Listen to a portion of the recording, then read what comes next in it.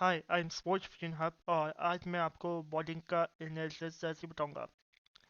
सबसे पहले अगर आप अपनी कागज़ पे टीम देखेंगे तो टीम बड़ी अजीब सी दिख रही है क्योंकि ना आपके पास कोई ऑफ स्पिनर है इसमें टीम में, ना आपके पास ना कोई लेगी है। तो अगर आप ऑफ स्पिनर भी तो खिलाया आपने, सलमान अली आगा को खिलाया एज ऑफ स्पिनर, तो उसकी बात डिटेल में करेंगे अभी। मगर आपके पास प्रॉपर कोई ऑफ स्पिनर नहीं है जो विकेट टेकर हो, तो ना सलमान अली आगा ने विकेट ली। अगर आप गौर से देखेंगे कि 18 मैन की स्क्वाड में आपके पास दो दो ऑफ स्पिनर पड़े हुए थे। नुमान अली पड़ा हुआ था और सज्जाद पड़ा हुआ था। नुमान अली वो बॉलर है जिसकी ऑस्ट्रेलिया में अच्छी खासी विकेटें हैं और उसका स्टेट्स भी शाहिन शाह अफरीदी जितना है ऑस्ट्रेलिया में। तो उसका ज़रूर बनता था कि ऑस्ट्रेलिया में आप उसे खिलाते, क्योंकि आपको एक एक्सपीरियंस बॉलर की ज़रूरत थी। और शायद वो शाहिन के साथ एक्सपीरियंस शेयर करता और मे बी आप मैच की सिचुएशन कुछ और होती, बट आपने वो नहीं खिलाया। अगर आप सज्जाद को खिला देते तो मे बी मैच की सिचुएशन कुछ और होती, क्योंकि आपने पिछले साल उसको उठाया था इन पाकिस्तान क्रिकेट और उसको खिलाया था। फिर उसके बाद आपने एकदम से उसे ड्रॉप कर दिया। और अगर आप डोमेस्टिक देखें तो उसकी सबसे ज़्यादा विकेटें डोमेस्टिक में और फर्स्ट क्लास में। तो इसका मतलब है कि उसमें कुछ ना कोई बात होगी जिसकी वजह से वो इतना ऊपर आया है और आपको उसे चांस देना चाहिए। आपने उसे भी चांस नहीं दिया।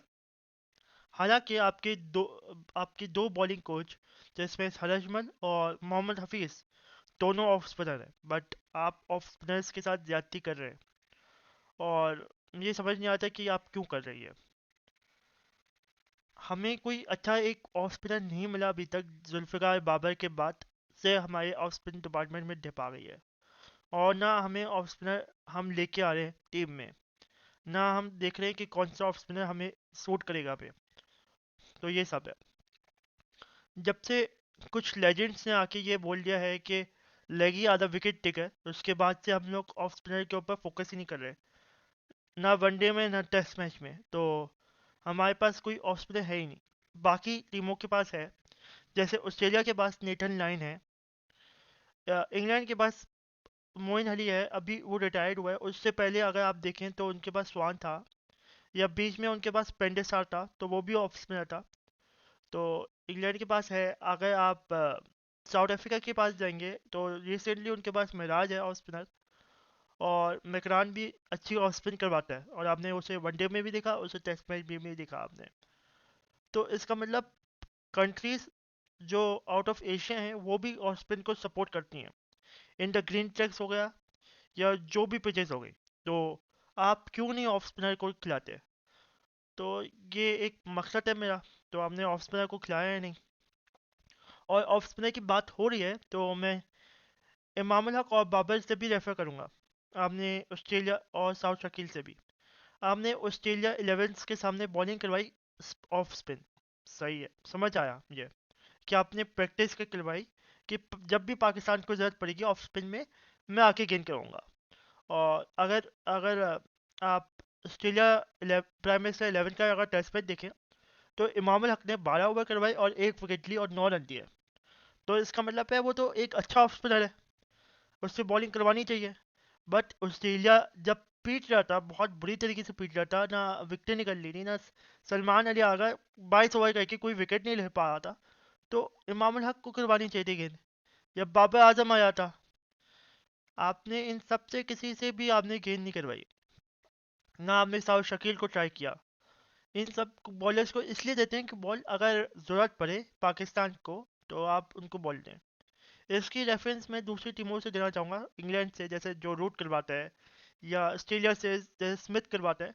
ये प्रॉपर ऑफ स्पिनर लेगी बॉलर्स नहीं है, बट ये करवाते हैं क्योंकि इनको पता है कि एक टीम को कभी भी ज़रूरत पड़ सकती है और हमें करवानी पड़ेगी गेंद। तो आपको ये करवानी चाहिए थी, आपको आउट ऑफ द बॉक्स सोचना चाहिए था इसके बारे में। और आप अगर आप नॉन बॉलर से बॉलिंग करवाते हैं तो आपका चांस बढ़ जाता है टू टेक विकेट्स, क्योंकि अगर आपका नॉन बॉलर अच्छा बॉलर है, अच्छी ऑफ स्पिन करता है, अच्छी जगह जगह पर ग्रिप करता है, तो वो भी एक ऑफ स्पिनर का काम कर सकता है आपका। और बैट्समैन उसके ऊपर थोड़ा सा ईज डाउन हो जाता है, क्योंकि वो समझते हैं एज अ बैट्समैन है, इसे बॉलिंग कराना नहीं आती। तो मे भी आप वहाँ पर ट्रिक खेल सकते हैं और विकेट ले सकते हैं, मगर आपने नहीं ली। आगे बढ़ते हैं। मैं शाहिन शाह अफरीदी की बात करूंगा। तो शाहिन शाह अफरीदी जो चाह रहा था कि मैं भी टेस्ट मैच नहीं खेलूँ, मैं भी रेस्ट करूँ, उसकी उसकी बात सही थी। और आपने उसे भेज दिया आपने फॉरेन वर्ल्ड कप के बाद उसे टेस्ट मैच खेलने के लिए। तो जिस तरह की उसकी टेस्ट मैच की परफॉर्मेंस थी, उस हिसाब से आपको अगर आप यंगस्टर लेके जाते जैसे खुर्रम शहजाद को ले गए, वो ज़्यादा अच्छा परफॉर्म कर रहा था शाहीन से अच्छा। तो शाहीन तो ऐसा लग रहा था कि अपने आप को कोस रहा था, विकेट नहीं मिली उसे।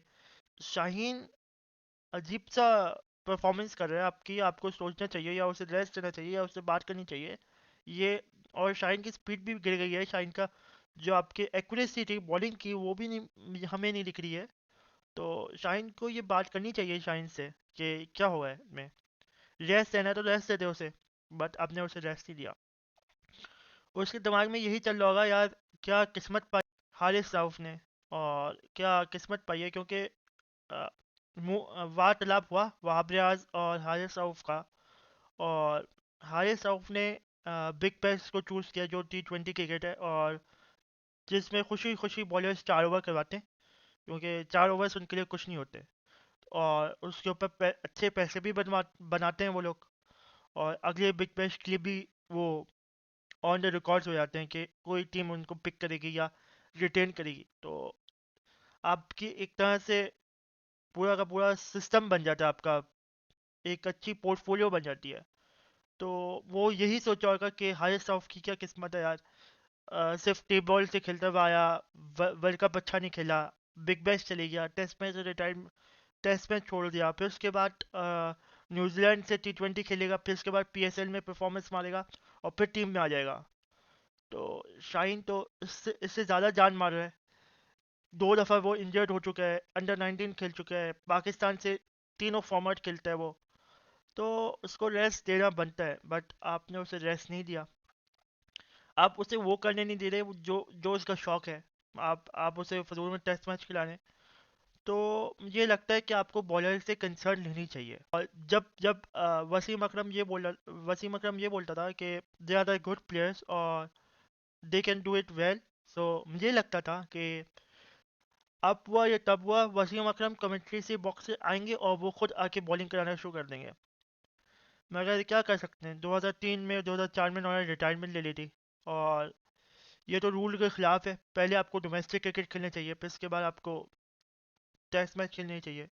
और अब तो वो ऑस्ट्रेलिया के ज़्यादा ज़्यादा करीब हो गए हैं, तो रूल्स को उनको और ध्यान से फॉलो करते हैं वो। अब बस क्या कर सकते हैं। अगर मैं खुर्रम शहजाद की बात करूं या आमिर जमाल की बात करूं, तो इन दोनों का पहला टेस्ट मैच था, और वो भी पहली बार ऑस्ट्रेलिया में खेलना। और वहाँ पर काफ़ी अच्छी बॉलिंग कराई और सब कुछ किया। तो आहिस्ता आहिस्ता बेहतर होंगे वो लोग। विकेट टू विकेट बॉल रखी, क्योंकि यही दोनों वाहिद बॉलर्स थे जिनकी बॉल्स मैंने आपको विकेट टू विकेट देखी मैंने, और अच्छी लाइन पे देखी और कांस्टेंट रहे थे दोनों। अगर मैं बैटिंग की बात करूं तो मुझे ज़रा सा कंसर्न है, क्योंकि खुर्रम शहजाद जो आपका नाइट वॉचमैन आया था फर्स्ट इनिंग में, तो उसको ज़रा सा नाइट वॉचमैन में भी खेलने की आदत होनी चाहिए। क्योंकि अगर आपको टेस्ट मैच में जगह बनानी है और टेस्ट मैच में अच्छा प्लेयर दिखना है, तो आपको नाइट वॉचमैन में आना चाहिए। क्योंकि आप जैसे आउट हुए, बॉल बहुत अच्छी थी पैट कमिंस की, विकेटों में थी, बट आप बॉल के ज़रा लाइन में आते हैं, आप बॉल की लाइन में नहीं आए। तो अगर आप बॉल की लाइन में आके सिर्फ डिफेंड करते बॉल को, तो आप ज़्यादा स्टे कर रहे थे, और शायद दूसरी जो पार्ट पे इमामुल हक था या कोई भी बैट्समैन था, वो स्कोर करता रन, तो शायद पाकिस्तान और ज़्यादा डिले कर सकता था और करीब लेके आ सकता था। तो ये मेरा खुर्रम रशीद को एडवाइस है। तो और आमिर जमाल की ये एडवाइस है कि आमिर आमिर जमाल आप एज ऑलराउंडर आए, और ऑलराउंडर को तेज खेलना होता है नीचे। क्योंकि नीचे हमारे पास लाइनअप नहीं होती। आप 8 पे आते हो, मुझे पता है 8 बहुत मुश्किल कंडीशन है टू बैटिंग, बट आपको तेज खेलना पड़ेगा और कुछ शॉट्स मारने पड़ेंगे तेज, और तेज 50 मारनी पड़ेगी ताकि आप कम से कम टाइम में ज़्यादा से ज़्यादा डेड मार सको।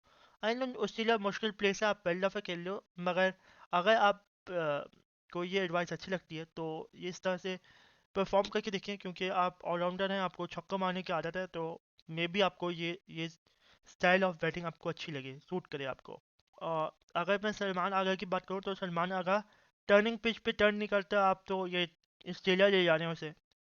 आपने वर्ल्ड कप में देखा, इंडिया में सबसे ज़्यादा टर्निंग पिचेस बनती हैं, और उसे अच्छा 30 ओवर्स के बाद उसे ओवर दिया गया, या 20 ओवर्स के बाद ओवर से ओवर दिया गया, जब बॉल सॉफ्ट हो जाती है और पिच टर्निंग होती है, वहाँ पर टर्न करना था, वहाँ पर उसने टर्न नहीं किया। एशिया कंडीशन में भी आपने बॉल दी ना, उसने टर्न किया, वहाँ पर श्रीलंका में भी बॉल बहुत टर्न होती है। आपके पास पीछे एग्जांपल्स पड़ी हुई है, तो आप सलमान अली आगा को ऐसा क्यों समझते हैं कि वो टेस्ट मैच में फाइफर लेके दे देगा आपको? नहीं लेके देगा। जो आपकी वनडे में विकेट नहीं ले सकता, वो टेस्ट मैच में तो हरगिज नहीं लेगा आपकी विकेट। तो मुझे लगता है कि आपको प्रॉपर ऑफ स्पिनर को खिलाना चाहिए और देखना चाहिए कि जो विकेट ले सके पाकिस्तान के लिए, क्योंकि टेस्ट मैच में जब तक आप विकेट नहीं लोगे तो आप समझें कि आपके ऊपर 600 रन पड़ गए, अगर आपके पास विकेट टेकर बॉलर नहीं हुआ। तो ये थी बॉलिंग एनालिसिस, और ये था मेरा part 2 of of Pakistan versus Australia. Hope आपको अच्छा लगा होगा। अभी तक के लिए बाय।